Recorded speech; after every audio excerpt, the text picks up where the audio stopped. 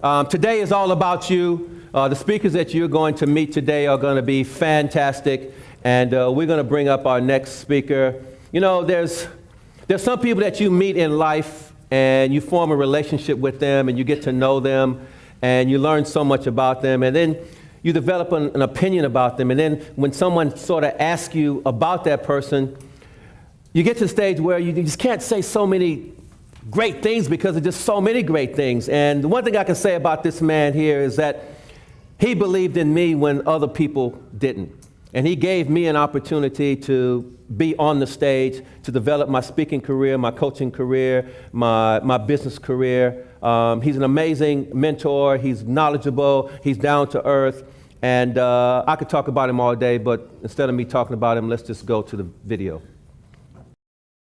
So the first rule in business is you must add value to society in some way. Old school is just make a profit, who cares if it adds value? New school is predominantly social mission. What is your social mission for your company? You see where this all starts? You should be going out in the world saying, how can I change the world and make it a better place? Jamie McIntyre, while in his mid-20s, found himself in an unenviable position. He was completely broke, in debt to the tune of $150,000, with no job, no prospects, and sleeping on a friend's couch. He had arrived at this point in his life by working hard, long hours in a business he had built from the ground up. He thought he was doing everything right, everything that he had been taught by his parents and teachers that he needed to do to be successful in life. Yet here he was, broke. The business he had built was in tatters. At this point, Jamie decided there simply must be an easier way. There must be something he had done wrong or something he was missing that the wealthy and successful knew. He began to study any successful people he could get access to try and work out exactly what it is that makes them this way and how he could replicate that success in his own life. Jamie came to realise that there is no big secret, but there are some common strategies and a certain way of thinking that aren't taught in the outdated education system that is currently available at schools and universities. And it's these key strategies that mean the difference between the average person working a 40-hour week to make a modest salary and those elite few who achieve financial abundance and live the lifestyle that most people dream of. Within less than 5 years, Jamie had rebuilt his life using the strategies he had discovered. He had gone from flat broke to a self-made millionaire while still in his 20s and was even nominated for Young Australian of the Year in 1999 for his achievements. Since then, Jamie has made it his life's work to share the strategies he used to get him out of debt and generate massive wealth. He decided the world needed a modern-day 21st century education system, taught by those with a PhD in results, not just theory, an education for life. So he founded a company to do exactly that. Over the past 12 years, 21st century education has educated over 450,000 people worldwide. What do millionaires do differently? How do they think differently? How do they produce a different result when they have the same opportunity, live in the same economy? Why do some people outperform? One of his books, What I Didn't Learn at School But Wish I Had, has become a bestseller. And he has now written many other titles on the various strategies he has used to get where he is today.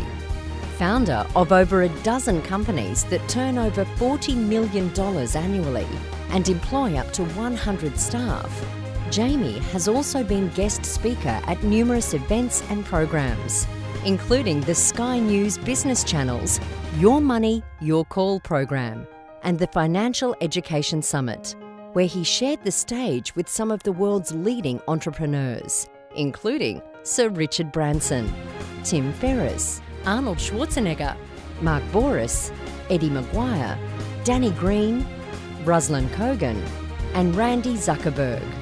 Jamie also has significant agricultural interests, owning rural farms in the New England region of New South Wales near Glen Innes. Jamie is also the founder of the 21st Century Australia Party and movement, which is also fielding Senate seats. He is a federal candidate for the seat of New England against Tony Windsor and Barnaby Joyce. His passion is now to teach as many people as possible the various trading, property, business and mindset techniques used by some of the world's wealthiest people. Thousands of people have already benefited from these courses and are now living a better life with more money, more time and less stress than they were before.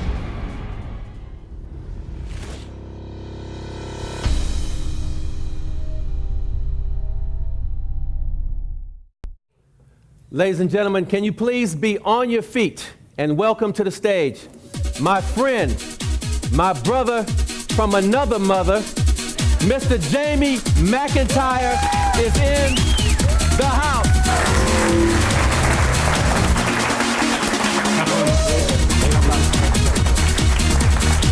Grab a seat. Grab a seat, feeling great.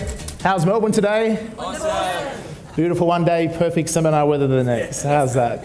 Well, it's great to be here. Actually, this is a very special moment because it was 15 years ago that I stood on a stage and delivered my first ever event, Education for Life. So we've been doing this for 15 years now, so give yourselves a hand for being here 15 years later. After the next few days and all the strategy you're going to learn, some of you wish you had attended one 15 years ago. You'd be certainly more advanced on some of your strategies. But it's been a wonderful journey, and I think why this particular program, this Education for Life program, has been so effective because I guess when I wrote my first book, What I Didn't Learn at School But Wish I Had, so many people resonated with that. The idea, what we learned at school and perhaps university wasn't enough to excel in a rapidly changing world and a 19th century education that's heavily outdated. And it wasn't too, I remember back, I went to university, I grew up on a farm, as some of you know, in northern New South Wales. I went off to university. I was the first one in my entire family to go to university because back then it wasn't that common to go to uni. And it was very expensive. I worked hard, I made money as a teenager. I started my first business at 15. So I was entrepreneurial even at a young age.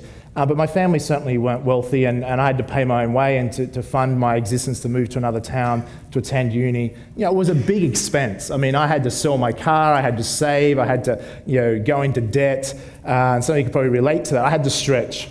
But because I'd been taught that to be successful in life, the key is you have to get a good education. Who's following what I'm saying here? That was the formula. Go to school, work really hard, get good grades, you'll get a good education, you'll get a good job, and you'll work 45 years of your life, and then you'll eventually retire to the good life. By the way, how's that going today for everyone? See, that was a formula, but that was an industrialization era formula. That was a formula for the 19th century. Before then, people used to basically live with all farmers. People could look after themselves, and then industrialization era come along, and they needed to train people to go work in factories, in the production lines, and move to cities. Just like you see happening in China now, where people are being taken out of the country and encouraged to move to cities and live in houses. And so they created an education system basically to teach people to be good little workers, good little employees. And that's why you remember at school, the alarm goes off at certain times, you have to show up at class. You're basically being conditioned to show up on time, follow instructions, do as you're told, obey the teacher, and don't think too much. Because on a factory production line, if they're making cars, they don't want some creative little spark going, what if we don't put this particular washer and nut on? What if we try something different today? That's really going to mess up the system, is that true? So they didn't teach people to think for themselves, they taught people to conform and follow rules. Now back then, that was great because you could get a job for life. You could work for the government or you could work for a company and they would take care of you for life and they would even pay your pension when you retired. For those who've studied history, okay? That's how the world used to be. So there's a lot of certainty and people wanted that. So that formula for the world was very effective at the time if that's what you wanted in your life. However, the challenge is in today's world, would you tell your children, here's what I want you to do, get a really good job and work for one company for the rest of your life? Would you tell your kids that? It's just unrealistic. It's not realistic. And very few people will do that. Most children going to school today will enter careers not even invented yet. Is it true? So how the hell can the education system manage to teach them what they're going to need to know in their future careers when the careers aren't even created? So we have a challenge. And this is a challenge that I recognize, and fortunately for me, I recognized it early. And I said to my mum, I was studying accountancy at university. Now, why I was studying accountancy, I have no idea. But because my career advisor told me at school, Jamie, if you want to make lots of money one day, you should be an accountant. Now, accountants in the room that hear this story kind of smirk because they think that's funny. But that's the only reason I went off to university to be an accountant. Not because was it my life's purpose to be the world's greatest accountant. Was it my true passion to add up numbers? Absolutely not. No disrespect to accountants. I'm sure some accountants are passionate about accounting. I don't know how, but you'll meet one of them later tonight. And he's a bit, a bit out there. But he's passionate about accounting. I wasn't. So it wasn't even a career that I even knew what I wanted to do. But who's been to university, started university, and you weren't even sure if that's what you really wanted to do? Who's ever gone down that road? Like many of us. And so as a result, I was starting to fail at uni. I was struggling because it wasn't that I didn't want to learn, but I was so deeply frustrated. I was paying tens of thousands of dollars. And I was adding up how much each word was by the lecturer. I'm thinking, how much I'm paying for this? Each word was costing me money. And I wasn't even taking notes half the time. It was an expensive education. And I wasn't even enjoying it. It wasn't that I didn't want to learn. I was hungry to learn. Now, the interesting thing, at the same time on weekends to uni, I was invited to attend a business opportunity. And I was invited to these seminars. And it was the first time I was introduced. It was these business training seminars for network marketing companies. And it was the first time I was really introduced to personal development. I read a book called, first one I think was The Magic of Thinking Big by Dr. Schwartz. Has anyone read that book? A few of you. You want to read that book, jot these down. I'm giving you clues of things that you want to start reading. So I read this book, and it got me into personal development. It was the first time. So I was going to these weekend seminars, and there was these motivational speakers, and I was buying these tapes, and I was reading these books, and I was being inspired, and it was costing me hardly anything in comparison to university. Like uni was costing me tens of thousands of dollars. This education was very inexpensive. And I was getting so much from it, from the association and learning from people. Then I go to uni and I'm just bored. I'm like, it's just not getting me where I want to go. So during that year, I said to my mum, I said, Mum, why isn't there a university that would teach you how to excel and succeed in life? Now, that planted a seed. And less than a decade later, I was able to, I had no idea at the time, but that's how 21st century education was born. And if I didn't ask that question when I was attending university to my mum, you know something? You know what? We wouldn't be here. You wouldn't be here today. We wouldn't be having this conversation. And I share that with you to give you an idea that often when some people are thinking, what's their purpose? What are they going to do with their life? What's going to make a difference? Or what's a career path or a business they can start? It often comes from, jot this down, it often all starts by asking a better question. Does it make sense? All the advancements, the innovations, the evolution of society is all started by some person that's asked a better question. For me, it was just asking a question to my mum, why isn't there a university that would teach you how to be successful in life? I had no idea that would become one of my major passions and driving force to this day, that I wake up and am passionate about wanting to change the world's education system. The same reason I went into politics this year was part of that reason, to extend that agenda, to change the education system at school. But it all started with that simple question I asked to my mum. So the point is, so what happened from there is I quit university. Jot that down. Jamie says quit university. No, that's not what. That's not. Now, so this weekend there's going to be many seminars going on. There's the one that I'm delivering up here, and then there's the one from 200 of you, the individual, what you take in. Does it make sense? So I'm going to make sure when I state things that I really clarify what I mean. Because some people, I believe, have I have a suspicion that some people only listen to what they want to hear. Raise your hand if you know, not you, but other people that probably do that. Okay. Listen to what they want to hear. So they take the parts that reconfirms what they want, which is great, but the other parts they might neglect. Like, especially around financial strategies. There's a few people, if you go on the internet, there's a few people that don't like me, okay? They don't like what I stand for. And they complain that they lost money in the stock market. Now, I can tell you this, and you watch this weekend, in the last 15 years as an educator, even though I've been licensed at times and I could give advice if I wanted to, but as an educator, you'll learn this weekend if you haven't watched the DVDs yet, I don't believe in taking advice around money. I think it's dangerous because most of the financial industry is based around agenda bias driven. There's a bias behind their advice, so therefore it can be risky. I think you should educate yourself, be responsible and accountable, and make your own decisions. Raise your hand if you think that makes sense, by the way. And that's the only way. And there's this emerging market of self-educated investors. It's a massively growing market. And the regulators don't really like it. They're really trying to close that down. They don't want you to be too self-empowered because they don't think you're capable of making your own decisions. They think some bureaucrat in an office is more educated and should make the decisions for you. And I have a few issues with that. But some people have said, I bought a certain share and I lost money. And they go online and comment and try and blame me for it. And in the last 15 years, I've never, ever recommended anyone to buy a particular share. Never will, never have. Does it make sense? So if someone's going to go out and do a financial strategy, if they're going to do, whether it's the stock market, the real estate market, or whatever, it's really ultimately up to them, because my goal to this weekend is not to spoon feed you.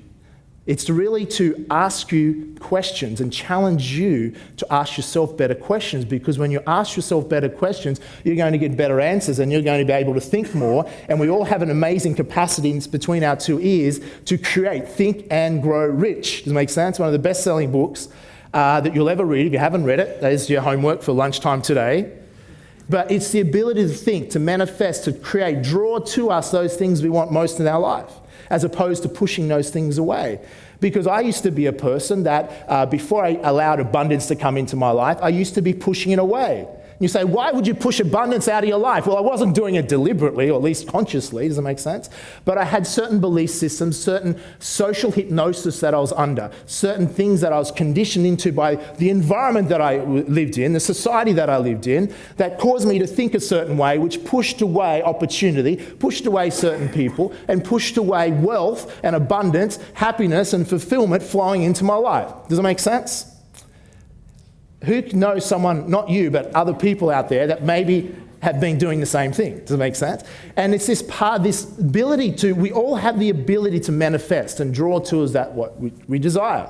And many of you will be familiar with that. You believe in that. It's not until we become conscious living and actually think about our lives and our behavior and how we interact in the world that we start to see, hang on a minute, there's certain things that I'm doing that are probably productive, effective, and helping me get a result. And there's certain things I may be doing that are not getting me the result. Does that make sense? This weekend, why we're here together, is an opportunity for each and every one of us to work on our life. Does it make sense? Instead of working in our life. Most people are so busy making a living that they forget to do what? Live. Does it make sense? You only have to go out there in Australia. We're one of the richest countries on the planet. Yet we're also some of the most cynical people on the planet. How many Australians think it's impossible to be rich, yet they live in one of the richest countries on the planet? Dare anyone suggest it's possible for people to increase their wealth? It doesn't make sense. They live in a rich country, yet they're not rich. Why? Because they develop an amazing capacity to keep money from flowing into their life. It takes skill, it takes effort, it takes decades for them to do that. But some people manage to pull it off. I mean, if you're broke in a rich country, you have a real problem. Okay? Do you notice the boat people, which direction they're heading? You figured that out? You notice they're coming to Australia. They're not heading to Bangladesh. They're not heading to other countries. That should give us a clue. Does it make sense? Because we are a land of opportunity. It's not perfect, but we have an amazing opportunity. You probably heard, some of you may have heard me share this statistic. You want to jot this down. So today I'm going to challenge you, and first of all I want to commend each and everyone for being here. You could be doing something else today, is that true? For instance, you could be at work. How exciting is that? You could be behind a desk right now. You could be getting dictated to what you have to do for the rest of your life if you don't learn this stuff. That must be exciting. But you're here, and whatever's led you here, you had to make a decision to be here. No one else, I know somebody saying, I didn't make a decision. I was dragged here, Jamie. My spouse dragged me here. And I don't even know who you are, or what the hell you're talking about. And what am I meant to learn this weekend? I've heard about those seminar things. It's a cult, for sure it's a cult. And then when Eric had you clapping, etc., I knew it. You're going, I knew it. It's a cult. I read about that on the internet. Be careful. So you chose to be here. I commend you and acknowledge you for that, because I believe that you can change your life. I believe that you can change your financial situation. I believe that you can achieve so much more than you perhaps believe you can. And I believe you're capable of so much more than what you're living. even if I don't know who you are personally. Does that make sense? Because I don't believe there's a person on the planet that can't take their life to a whole new level. And I believe that the power of education, the right education, is the catalyst for giving you the opportunity, the environment for making new decisions. And ultimately, it's the decisions that you make will determine your destiny. Is that true? You might want to jot that down. It's the decisions that you make will ultimately determine your destiny. Just like the decisions each and every one of you have already made in your past is exactly why your life is where it is right now. So if your life isn't where you want it to be right now, then who should you blame? Your parents? Your siblings? The last government? Yes, perhaps okay, I would as well. But your boss? The person that did wrong to you? We know. And it's not necessarily blaming yourself, it's just saying, you know what? There is things that are going to happen in your life that are outside your control. You say, well, it's not my fault. It may not be your fault. However, if you accept responsibility, whatever happens in your life that you're responsible for, does it then give you the capacity to have the power to do something about it? Yes or no? It does. And it doesn't mean that you'll be able to control everything in your life. But what I want to teach you, one of the things you're going to learn this weekend, if you want to master your life, jot this down. To master your life, you first must learn to master your emotions. That's a clue. And today I'm going to take you on a journey. The journey I'm going to take you on is the same journey that I went through that worked for me from transforming my life. And some of the processes are fairly intense. Most of you have no idea what you're in for. It's probably a good idea, otherwise you would have left by now. But if you're willing to trust me and willing to trust yourself, I'm going to take you through some processes I've found for myself incredibly powerful that changed my life forever. And for 15 years has changed many people's lives. And I can promise you this, you'll walk out of here Sunday night a very different person to who you were when you walked in here this morning. Does it make sense? If you're willing to have an open mind, an open heart, and consider new things and entertain new ideas. Does it make sense? Not because of me, not necessarily because of the speakers, but because of you. Because you're capable of so much more. And given the right environment, the right tools, the right opportunity, the right awareness, the right understanding, and the ability to make different decisions, then you'll be able to see a path that's even clearer for you into the future where you want to go, and you'll be able to get where you want to go that much quicker because you'll learn the ability to manifest faster and accelerate your journey. Does it make sense? And my wish for you is that you learn to enjoy the process. Life is not a destination, it is a journey. And one of the things that I've been grateful for is that I've learned, one of my earliest mentors was a self-made millionaire, and he was both an example and a warning. Does it make sense? And I think if you look at our own life, if you looked at your own life and are you, and here's a question, jot it down. If someone looked at your life right today, how it is in all different aspects, are you an example of how to live, or are you a warning of how not to live? Jamie, what's with the tough questions this time of the morning? But think about it, is that true? Is your life an example of how others would want to live, or is it a warning of not how to live?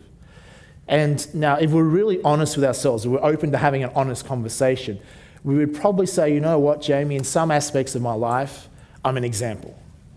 For instance, let's say you go to the gym, you eat really healthily, you work out, and you're full of energy, not getting tired while you're sitting in my seminar. Then in that area of life, you'd say, yeah, I'm an example. People want to be fit and healthy like me. Who's following what I'm saying here? Okay? Others might say, health is not really, I'm a warning. Some of you might say, in that area of my life, I'm a warning. I could raise my standards. My standards aren't where they're at. I don't exercise enough. I allow myself to eat food that I know is not conducive to being the person I want to be, and I need to lift my game. True? Others of you in your career might have an outstanding career. You're excelling in it. You're doing really well because you're really dedicated. No doubt you're passionate as well about it. That would help a lot. And you're really doing well and earning a lot of money, say, and that's an area people are inspired to. But in other areas, say in your relationships might be a total disaster. You're not happy, you're not fulfilled, and you can't maintain a healthy relationship. Making sense? So it depends where we're at in our life. And in our life, it's not going to be this perfect wheel of balance. We're going to focus on different areas. So it's where we focus that improves our lives. So for many years ago, when I was almost bankrupt, My first business had failed. I started at the age of 21 in a telecommunications company, and I was in a lot of financial pain. And I realized that I needed to learn about finances and be able to change my life in that area. But before then, I never really put any focus on it. And that's why I hadn't really ever excelled in that area. It wasn't until I learned to focus on that area, educate myself, then I started to get a different result. And there's some of the lessons that I'm going to share with you here today. I know many of you are here because you want to learn amazing financial strategies, you want to improve your financial position in life, you're perhaps looking at changing your career, and you want to strategically, intelligently go about doing that in a smart way.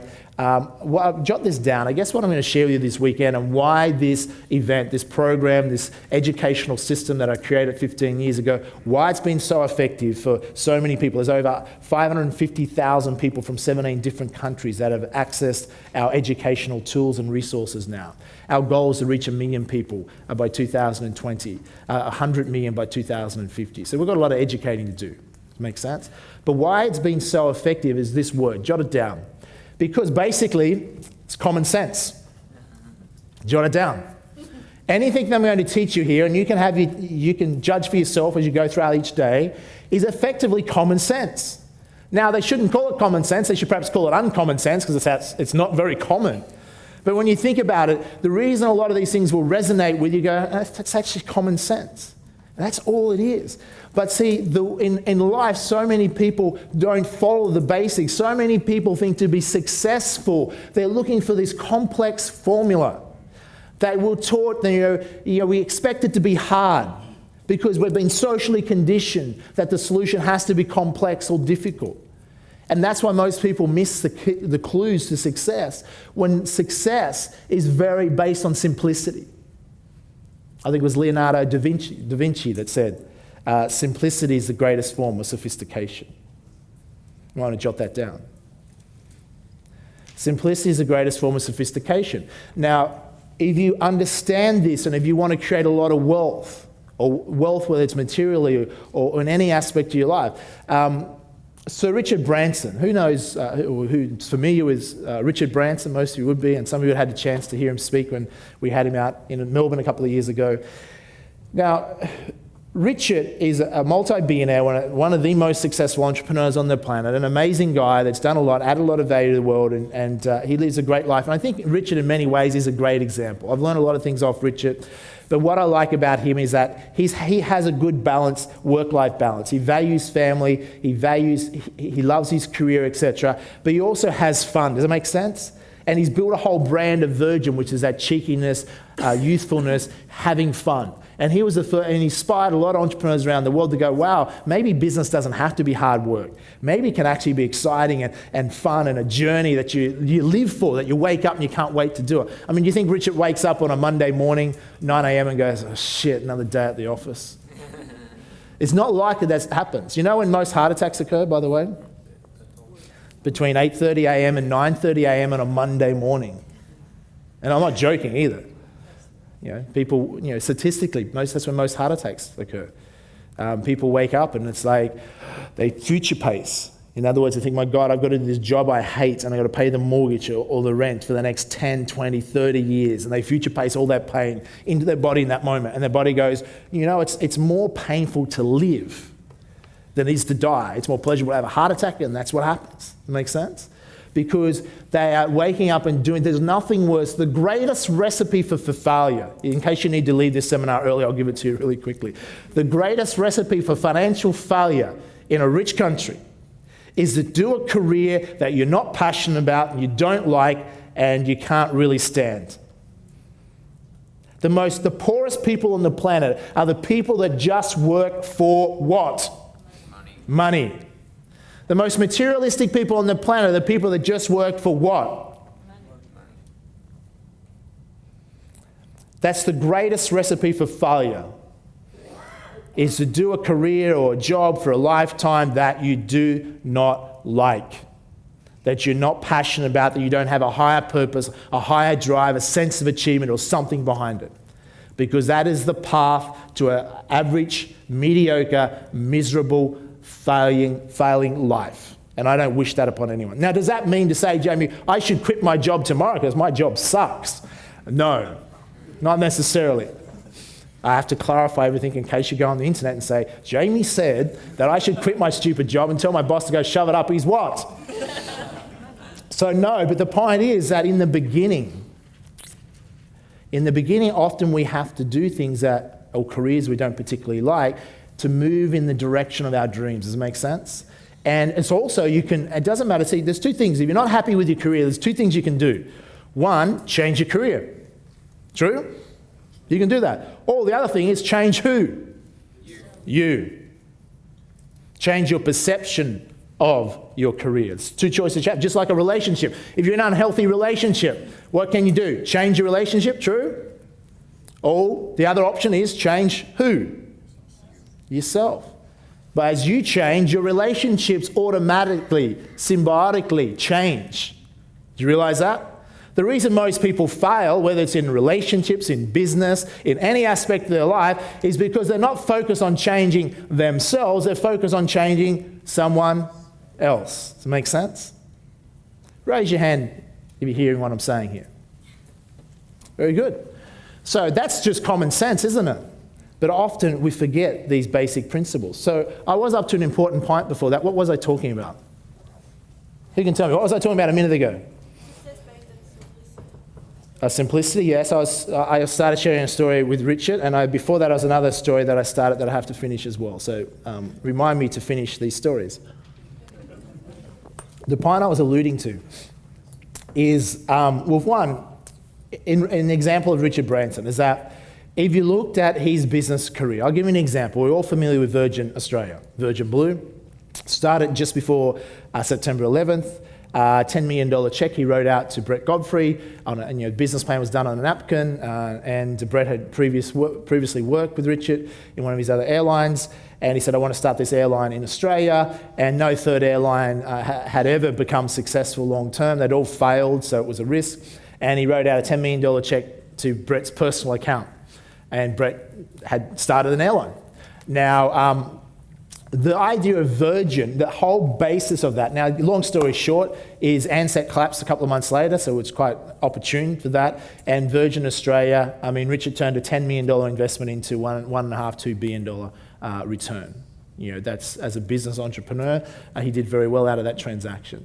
And as Australians, why we're happier? Because we got cheaper airfares, hostesses that know how to smile without paying them extra, and we have a better airline. So than what we had before, where if you remember the days before that, Qantas just liked to charge us a fortune to fly anywhere.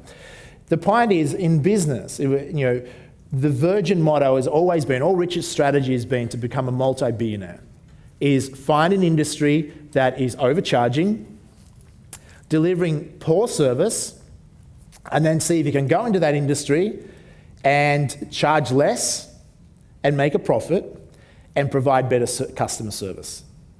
Is that overly complex formula? It's pretty simple, isn't it? Is there industries out there that overcharge, yes or no? Yes. And provide lousy service? Yes. The airline industry was one of those, as an example. And that's what he looked at. Very simple. And he believed if he could make a profit by undercutting the existing competitors and provide a better service. Now, to provide better customer service, does that really cost anything extra in a company? No, it's more about the way that you treat your people and the culture that you create. So those things are really intangible and don't really have to cost anything. So he had a strong competitive advantage. And now, of course, Virgin's not the perfect company. There is no perfect company. But if you were to check out the number of people that would prefer to work for Virgin in Australia than Qantas, you would find that most people prefer to work for Virgin. Why? Because the culture, it's a much more friendlier, happier culture. And Richard developed a skill, which he learnt at a very young age, is that when he started his first business, a student magazine, when he was at university, is that he couldn't afford to pay people, so he'd just throw a party and get his friends, college friends over to help stuff the magazines and send them out to the subscribers. So he learnt that people, an interesting thing, people work more for more reasons than just the money. If the money is the only motivator, often you'll get the worst performing staff. Do you know that statistically volunteers that will work harder than paid people? Realize that? Why? Because they're not working for the money, they're working because they believe in a cause, etc., and they're passionate about it. If you took a volunteer and then paid them, the performance will likely go down. So better clarify this in case there's any unionists in the room. Jamie McIntyre said that we should encourage volunteerism and not pay them because they work better. No, I didn't necessarily say that, but that's a statistic that exists in the world, is that volunteers tend to work because it's not about the money, is it? It's about a cause. So my point is here in what I'm sharing this weekend. I'm going to share as much as I can. I have no reason to hold back information. Does that make sense? I believe in abundance. I want the best for you. What you do with your life is ultimately your business. Is that true? But of course, I want the best for you. I can't control or what you do, how successful you become with these strategies, or whether you succeed at all. But the point is that, is there any guarantee? Am I saying that if you develop your financial education, you get a modern day 20th century education, you learn all these things, am I saying that it's a guarantee to success? Yes or no? No, I'm not. Why? Because there is no guarantees. I can't guarantee you anything because there's no guarantees in life other than death and taxes, pretty much. True? So I can't guarantee you success, but here's what I am saying. If you get yourself educated, you learn as much as you can, you have the courage to act and action and put things into place and see what's working and what's not, then the likelihood and the chances of you excelling or improving your current results in life are fairly decent. That's what I'm saying. Fair enough? And for many of you, I think you can surprise yourself. Now, some of you already know this because you've already been learning, you've already been studying DVDs, reading books, and you've seen the impact it's already had on your life. And for many of you this weekend, you'll learn more just from the other people in the room, just by conversations, than perhaps you will off some of the speakers. Because often it's association that is powerful. And we'll talk about that today. How do you go about systematically changing your environment to improve your chances of being successful in life?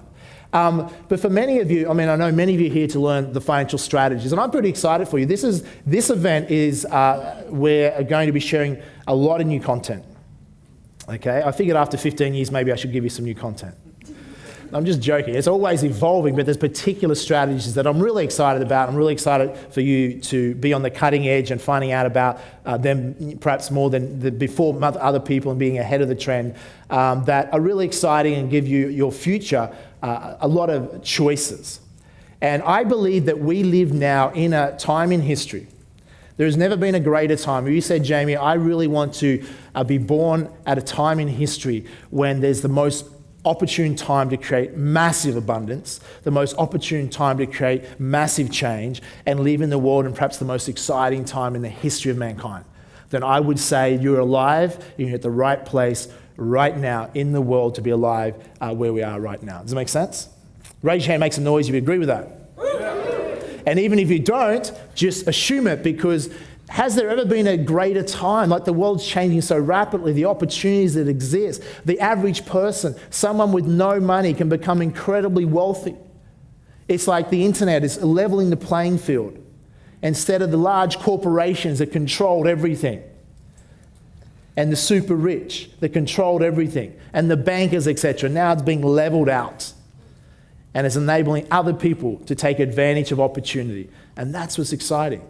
Humanity is at a time where we have the choice to really make the world a better place. And there's so many amazing people on the planet. And what's pretty cool, we're all in this journey together, whether we like it or not. We're on the planet at the same time, going through time. And it's what we do with our life and how we enjoy that. For many of you in this room, you'll leave this weekend going, you know what? I arrived at the seminar and I was a bit frustrated with my life and I wasn't that happy. And you'll walk out of here, you realize, you know what? My life is great. My life already is so goddamn great. What am I bitching and moaning about? I have no excuses. I'm bringing a friend in to share with you tomorrow morning. Don't miss tomorrow morning's session. A friend of mine that, if you have any excuses left after today, when time I'm finished with you, then he's going to beat them out of you tomorrow morning. Because you have no excuses not to be living your life and be his happiest person alive. I mean, if you live in Australia, then you have won lotto. Do you realise that? Do you know if you migrate to Australia, you're 4 times more likely to become a self-made millionaire than if you're born here? Raise your hand if that's good news for some of you. So, and we're going to look at that today, why that is. You know, if you migrate here, you're 4 times more likely to become a self-made millionaire than if you're born here. I mean, it's an incredible, and when we dissect that, because I want to share with you so you understand why is it that most people in a rich country don't necessarily become rich? And once you can understand that what people are doing that's preventing wealth and abundance in their life, you can go, aha, now I've got it. And then you can choose a different path. And are you saying, Jamie, just by changing my perception of reality, my reality can change? Yes or no? Absolutely. Why is an immigrant 4 times more likely? Because their perception already of the opportunities in Australia is different to those that are born here. For instance, how do you know if you live in a rich country if you've never been to a poor country before? How do you know what's rich, what's poor, what's average, what's in between? Humans need contrast. The poorest person in Australia is one of the richest people on the planet. We should stop feeling sorry and treating people as victims, because people are stronger than that. Now, not to say that I'm not a compassionate person, okay? I am a compassionate person, but if I care about someone, I'm not going to treat them like a victim. I'm going to treat them like a human being and know that they're strong and help them make better decisions and challenge them to be a better person.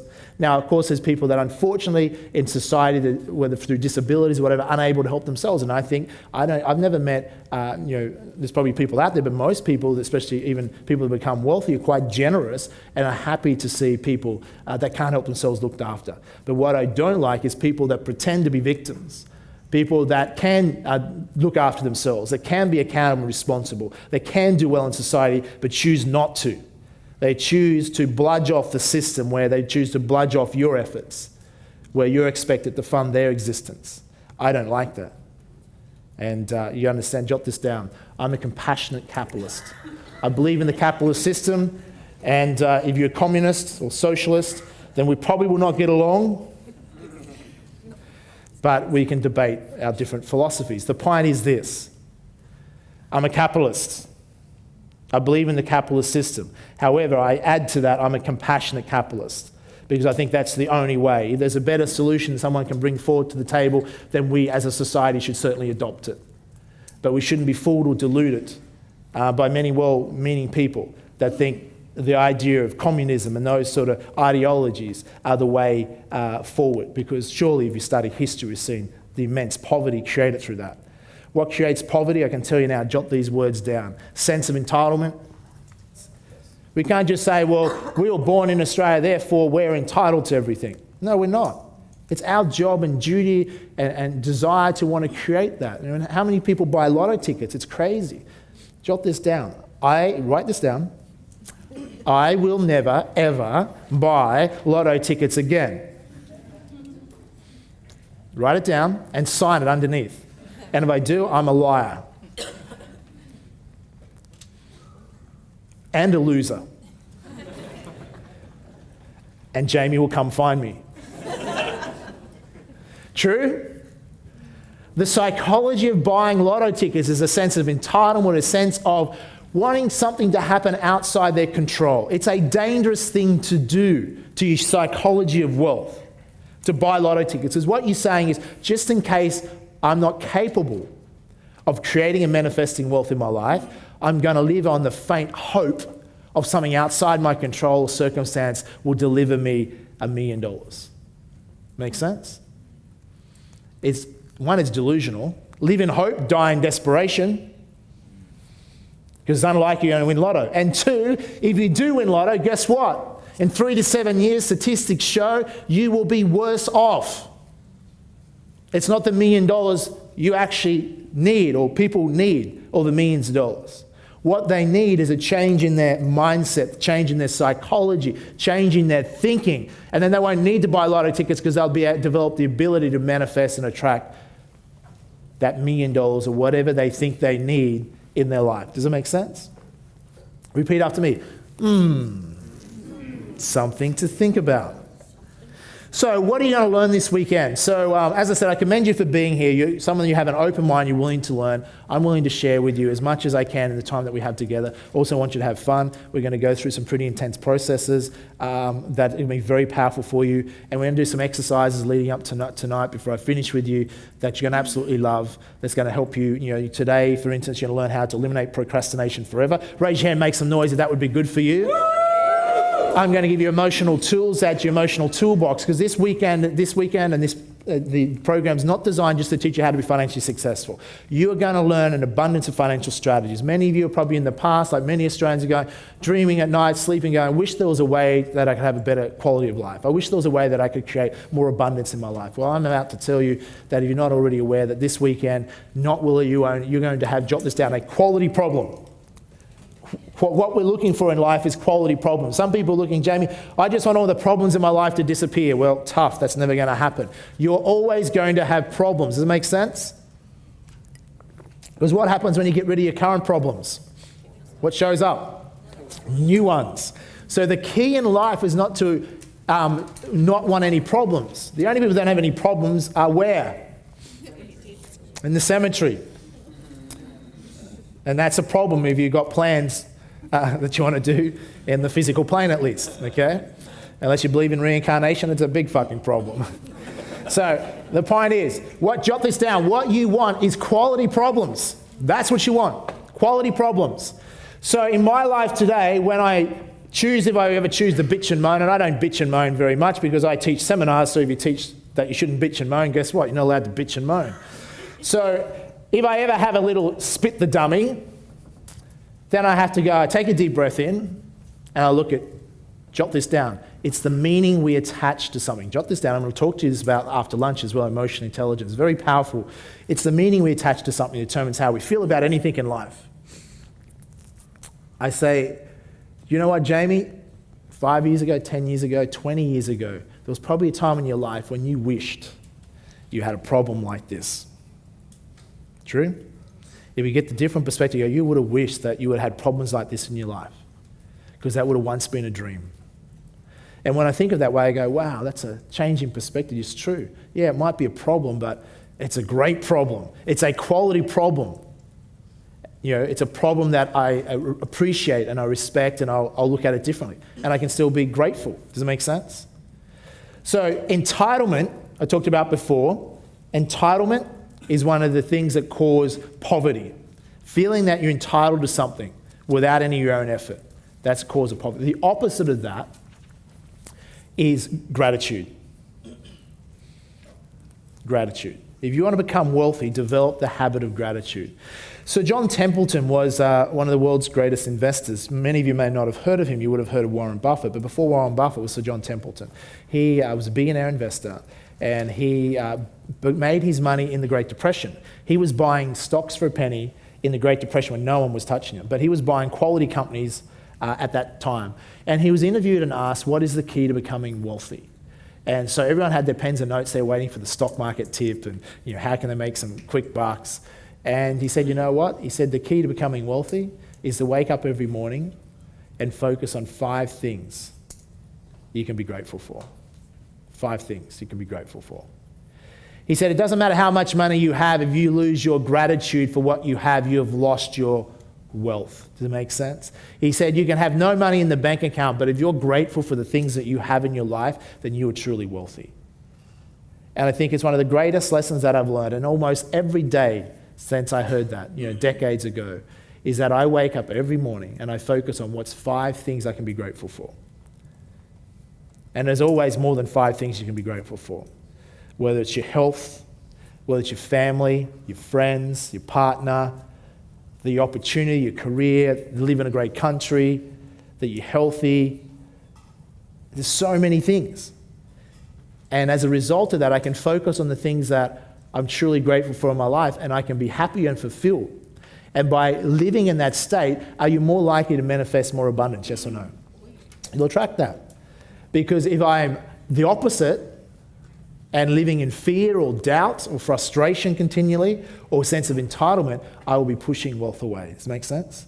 So much you're going to learn this weekend is not so much external things. Yes, you're going to learn strategies that you're going to need to master and apply to your life, and you're going to have various different degrees of success. Some of you will be very successful at it. Some of them strategies will not be suited to your personality or your situation. You'll have to choose. And I'll make it as easy as possible to help you come up with what the mistakes people have made in the past.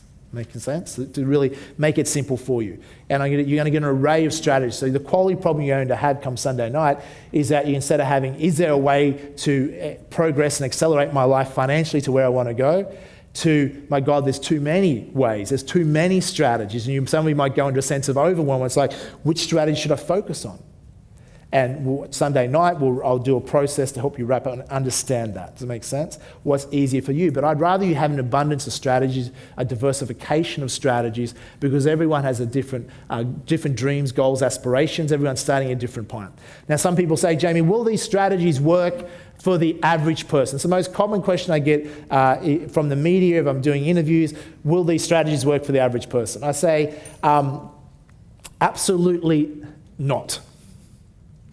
The other way to clarify, I say, it will on one condition. The average person stops being average. Does it make sense? If they stop being average. Why do we want it to be average? Average sucks. Does it make sense? Who wants to be average? My dream in life is to be average, to have an average score. You know, I want my kids to grow up and be average. There's nothing nice about average. You want to be above average. And how do you be above average? Not difficult. In society, most people have such poor standards, such low standards for themselves, whether it's financially or even physically, in relationships, emotions, poor standards. So to be above average is a piece of cake. You just have to be alive and breathing and have some sense of drive in your life. True? And you already have that because you wouldn't be in this room. Average people don't come to events like this. If they do, they've left by the first session. Okay? By lunchtime, they're out of here. They don't stick around. Because, you know, this is about a room of achievers. Already, many of you are already overachieving in comparison to most in society, or certainly want to become an overachiever. And that's okay, because you want more out of life. And you deserve more out of life, because if you're prepared to give more, you deserve more. Making sense? So let's go through some of the things you're going to learn this weekend, some of the strategies and some of the new things that we have in store for you. I'm very excited for you.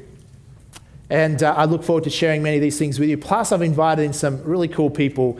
So the strategies I've done, I will teach you and tell you about. Then I'll bring in other people that have a particular expertise in a particular strategy. So they can share with you how they've achieved that success. Because is there a shortcut to success? Yes or no? Yes. Yes or no? Yes. Some of you are absolutely sure, and some of you are not sure. Okay, it's 50-50. I'm going to say yes, there is, and the shortcut to success is this. It's pretty simple. At school, we're taught not to copy. Remember? In this school, 21st century school, I'm telling you, copy.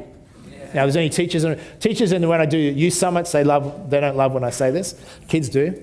So in the 20th century, if you want to excel, you need to copy. Now, we don't call it copying. What we call it is modeling. Okay? We're going to model success. So the smartest way is to model success. In other words, anything you want to do has probably already been done, or someone else on the planet is thinking of the same idea. You want to go on Google, makes it so easy to model these days, and find a model that's already working, a business that's already working, or a person that's already achieved what you want to achieve, and then you're going to learn as much as you can off them. You can read their books or find out that story, or if you can meet them in person, ideally, but you're going to use them as a model because they've already done what you want to do. Does it make sense? So when I wanted to learn about becoming a millionaire in property investing, it would make sense to go and find a mentor that's already done that. Does it make sense? And that's what I did. Then what I was able to do is compress decades of knowledge. So something might have taken someone 10, 20, 30 years in experience to develop. I can learn that knowledge of them by modeling them, and I can compress decades of knowledge into a few short years or a few short months, or what we're going to do in the next 3 days is compress into a few short days. So you're going to accelerate your education and understanding by being in this room in the next few days. Just one idea that you can get can transform your life. One idea can make you thousands of dollars. This weekend, you're going to get dozens of ideas. So how valuable this event is for each and every one of you is going to be up to you. There is going to be dozens of ideas and distinctions that could make a massive difference to your future financial well-being. How many of those ideas you take on board is up to you. The definition of intelligence, why don't I jot this down? The definition of intelligence, most people think it's to be academically brilliant, but Albert Einstein said the definition of intelligence is not how many degrees you have from university or college. The definition of intelligence, he said, is the ability, jot this down, is the ability to entertain a new idea. How simple is that? That's what Albert Einstein said. And that's what I think is great. It's the ability to understand a new idea. And we think about this. How many people do you know that are not successful that are closed-minded and narrow-minded? You know people like that? Very closed-minded, very narrow-minded, cynical, and they're just shut down. You know they're not going to succeed. Where people that are successful, is Richard Branson a pretty open-minded sort of guy? Will he entertain new ideas? Yes. Okay. People that are successful, they will have an open mind. It doesn't mean they're not, they won't have some level of skepticism that's healthy or check things out, but they're open-minded. They'll entertain a new idea. And what I would add to that is what I added to that is that not only do they entertain a new idea, they action their ideas. Many people think, oh, I've just got to have the idea that's going to make me millions or make me billions. No, generally you don't need the idea. Plenty of other people have the idea. Bill Gates, one of the richest people on the planet. Was MS-DOS his idea, yes or no? No, he took it, he bought it. He paid something, he saw value, intrinsic value in the idea. He took it and he better executed the idea. And Microsoft is what it is today. And your life has been improved in some way because of the added value he added to society through that company. Does that make sense? So jot this down. If you want to become wealthy, what you must do is two things. Number one, jot it down. You must add what? Value. So you should be thinking about, and we'll talk about this tomorrow, how to also be fulfilled, and I'll tie this in. But if you want to create wealth in society, you must figure out ways how to add value. And the fastest way to add value, if I was teaching a business seminar, that which we do, we spend a lot of time on this, but the fastest way to add value is, jot this down, solve a problem. Solve a problem. Most of the best entrepreneurial ideas come from a frustration you have in your life. There's a company called Spanx. Who's heard of a company called Spanx? I forget her name, Sarah. Is it Sarah Bisley or Sarah something? And we might have her come out and speak to you sometime in the next year or two. But Spanx has been a hugely successful company, and she thought of that just out of a frustration that she had. So she had a personal frustration, and she tested a few things, and as a result, Spanx was born. And because other people, particularly women, resonated with her frustration, and then the product became very successful, and she is a billionaire today. Does it make sense? Story after story is going to come. Twitter, okay, come out of a frustration, come out of saying, what if we could do this? And they thought of the idea, and then they did it. Now, the key was the execution. Facebook. Was Facebook, Mark Zuckerberg, the first person to think of Facebook as an idea? Yes or no? No, Facebook as an idea was been around a long time before, and all the colleges, the big colleges in America were saying, well, we need someone, or why don't we take our Facebook? Remember, Facebook was the photos of all your schoolmates, which you've all had a Facebook before when you were at school. They take all the photos, put it in a book, and that was what a Facebook was. And they said, we need to take these Facebooks and put them online. That idea was commonly known to everyone. Mark happened to be the person that happened to execute the idea better than anyone else. Does it make sense? Now, the Winklevoss twins would claim that it was their idea, if you watch the movie, but you'd understand that even that classic line that Mark said, I forget what it was now, but remember he said something to the effect that you didn't invent Facebook, because if you did, you would have created it. Does it make sense? Basically, you're saying you don't have the intellectual capacity to do what I've done, so don't even annoy me. Even saying that in not even an arrogant way, just in like a way of total certainty, and I haven't got time for this, because the movie, it made it out to be a big part of the Facebook story, but Mark talks about how it was such a very small part of the story. It was really just a side little legal issue. It wasn't even a major part. For the Winklevoss twins, they got 65 million cash and 200 million in shares, and so it was pretty significant for their life story. And by the way, they also invested $11 million into Bitcoin a few years ago as well, so we'll talk about that tomorrow. Who would have wished they would have invested in Bitcoin a few years ago? Actually, who doesn't even know what Bitcoin is? Who's heard of Bitcoin? Fantastic. Who follows my Facebook? But if you haven't heard of Bitcoin by now, if you follow my Facebook, you haven't been reading my posts. Message to self. To be successful, you have to read Jamie's Facebook posts. You don't want to miss out on anything, including what he does on weekends. So, where was I up to? Solving problems. Is this giving you some ideas already? Yes. don't look for the complex thing. And I know this is not a particular business program. We have a business program which you can do if you want to focus on that. But I'm just trying to give you an idea is that entertain an idea and execute an idea is a definition of intelligence. Nothing in there is about how many degrees you get at university, etc. Degrees are important for certain professions, but they're not enough, okay? A great doctor needs a degree, but a great doctor, or a really great doctor, needs to know how to entertain new ideas of innovation and be able to execute those ideas as well to be an even better doctor. Making sense? So what you're looking for is, if you're frustrated in your life in some way, great. That's where you're going to start thinking of ideas and solutions that add value to the world. Because if you have a frustration, then there's a fair chance other people have the same frustration out of the 7.1 billion people on the planet. And if you can solve that frustration and then share your story, how I had this and this was a frustration I had in my life and this is what I was looking for to solve and this is what I did, and other people go, wow, that's really cool. And therefore you have a potential marketable product. Making sense?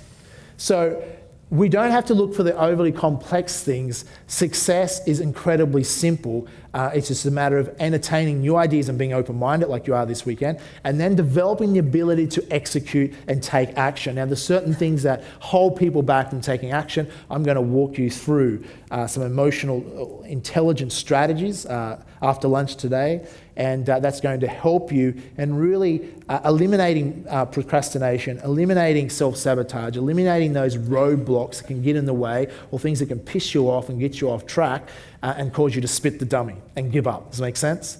Because we can't afford to be doing that. We now have to stop behaving like children, grow up, and be fully accountable and responsible. I'm not saying anyone behaves like children, by the way. I'm just saying what we need to do.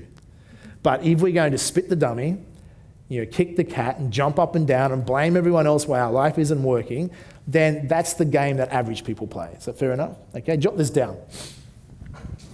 If you want to win the game of life, we need to play the game of life above the line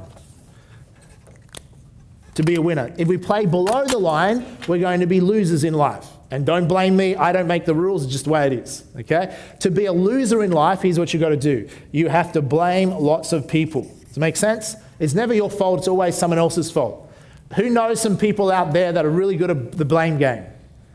That's what holds people back. I used to blame my business partner years ago as his fault, etc. Yeah, it might have been his fault, but it wasn't going to change my life. And somebody might go, yeah, but Jamie, you don't understand it. Is that other person's fault? They ripped me off. Or they cheated me. Or they did this. Yes, it may be that they did that, but if you keep blaming them and giving your energy and power away to them, then you are the loser. Does that make sense? If you're angry and carry that anger or lack of forgiveness, then you are the loser. You got to say, you know what? Yeah, it might be their fault, but I also allowed it to happen, or I played my part, or I'm going to do something about it so it's no longer affecting me. Does it make sense? We're going to be more emotionally intelligent. So we're going to stop blaming other people. The other thing, to be a total loser in life, you have to be good at what? Making excuses. You have to make excuses why you're not successful yet, or why you can't do this, why you can't change careers, or why that's not possible, or why you can't buy an investment property, or why you can't get into the stock market, or why you can't do whatever it is that you want to do. We make excuses, or why it's going to take 10 years instead of 5 years. So we have to eliminate excuses. My mentor said very simple, Jamie, you can either make money or make excuses. You can't make both at the same time, so make up your mind. Fair enough? The other thing that we have to do, we have to live in denial. And no, it's not a river in Egypt. We have to live in denial. We have to be no conscious living awareness of what is going on around us. We live in denial. We just have no idea, basically. And that is the formula to be a loser, okay? So when you go home tonight, people say, what'd you learn today? Well, Jamie shared this formula how to be a loser. You should check it out. Let me test whether you're a loser. Do you blame other people? Do you make excuses? Are you in denial? You are. You don't even know you're in denial. So the point is, that's what losers do. We can't afford to do that. That's what we call victim mentality. And that's why I don't like the victim mentality. Is like, that it's the idea that people aren't strong, people aren't capable. I don't believe it. I think human beings are incredibly strong individuals. They're not fragile. If they're challenged and given the capacity to grow, human beings can overcome almost any obstacle, and they have. And this, people that have overcome great tragedies or great difficulties. My friend's going to be here tomorrow morning. He's going to share his story. So you have no excuses left. At 9 years of age, he lost both his legs. He was run over by a train. And that could have been the worst time in his life. Turned out to be the catalyst for the best time in his life. He'll share his story tomorrow, but it would just help you realize that any little excuses you may have to hold you back, any things that's stopping you from being so much more happy in your life, is only something internal that you can switch like that, and you can go out there starting today, tomorrow, next week, living a much more happy, fulfilled life. And as a bonus, if you do that, you'll probably attract more money into your life as well. How's that? Good deal? Yes or no? Yes. So you have to live above the line if you want to do that. And you already know this to be true. It's not like I'm not telling you anything that you don't know. Deep down you know this. But here's a suspicion that I have, is that I suspect there's many of you in this room that already know what you have to do to be more successful, but the problem is you're not doing it. True? So this weekend isn't just about new things that you need to learn. It's about what you have to do to take action. The reason I've been successful in many things that I've done, and I don't say that to impress you, to impress upon you, is that if I think of an idea, I action it immediately. Ask my team. I drive them insane, even when I'm on holidays. I've got new ideas, etc. But I do things immediately. I don't go, that's a good idea. Next week when I get back to work, I'll make a note to do that. Bullshit. No, if I think of something, I email it immediately. I action it that instant. Anthony Robbins always says, it's a great quote, never leave the scene of a decision without, jot this down, very wise words, never leave the scene of a decision without first taking some immediate action towards the attainment of that goal. Never leave the scene of a decision without immediately taking some action towards the attainment of that goal. In other words, what he was saying, in that moment of inspiration, that's when you must act because you feel like acting. That's when you act. You must do something. Write something down, send a message, get something underway and start moving towards that. Otherwise, next day, next week, you're no longer in that moment of inspiration, so you don't feel like taking action. You have to take action straight away. Action builds confidence. Action leads to testing what's working, etc. The only way. Most people are afraid of failure. You know the reason we're having this conversation today? You know the reason I become a millionaire in my 20s? Is because I failed at a younger age than most of you. It's the only difference. I started failing sooner and more often. And out of that failure, I discovered what was working and what wasn't. How did I learn how to master finances? Because I failed at 21. And I had enough pain associated that I said, I'm going to go and learn how to master this. I went and found a role model, the shortcut to success, find a model, someone to learn off, apply that to my life, compress decades of knowledge in a few short years, and as a result of that, I was able to accelerate my results. Okay? So it's not rocket science. It's a formula, it's a process. So what we have to do, we have to be, one, accountable. Especially if you want to become financially successful. We have to be accountable and we have to be responsible. We have to be accountable and we have to be responsible. So therefore that means if any strategy we talk about this weekend, if you decide to go out there and invest and use a particular strategy you might learn this weekend, who is responsible for the results, me or you? You're responsible for the results because you have to make a decision and go, I'm making this decision and I'm going to be responsible for what can happen. And you look at the options of what can happen before you do it. So we just have to become more accountable. And as a result of that, we're more likely to succeed. Okay? Here's a clue. What successful people are doing is taking charge of what they can. Okay? Of the areas that they can control, the decisions, the thought process, the actions they take, the habitual daily patterns. They focus on what they can control, and what they don't control, they let go. We're unsuccessful people. Guess what they're doing? They're trying to control the things they don't have no power over and neglecting the things that they do.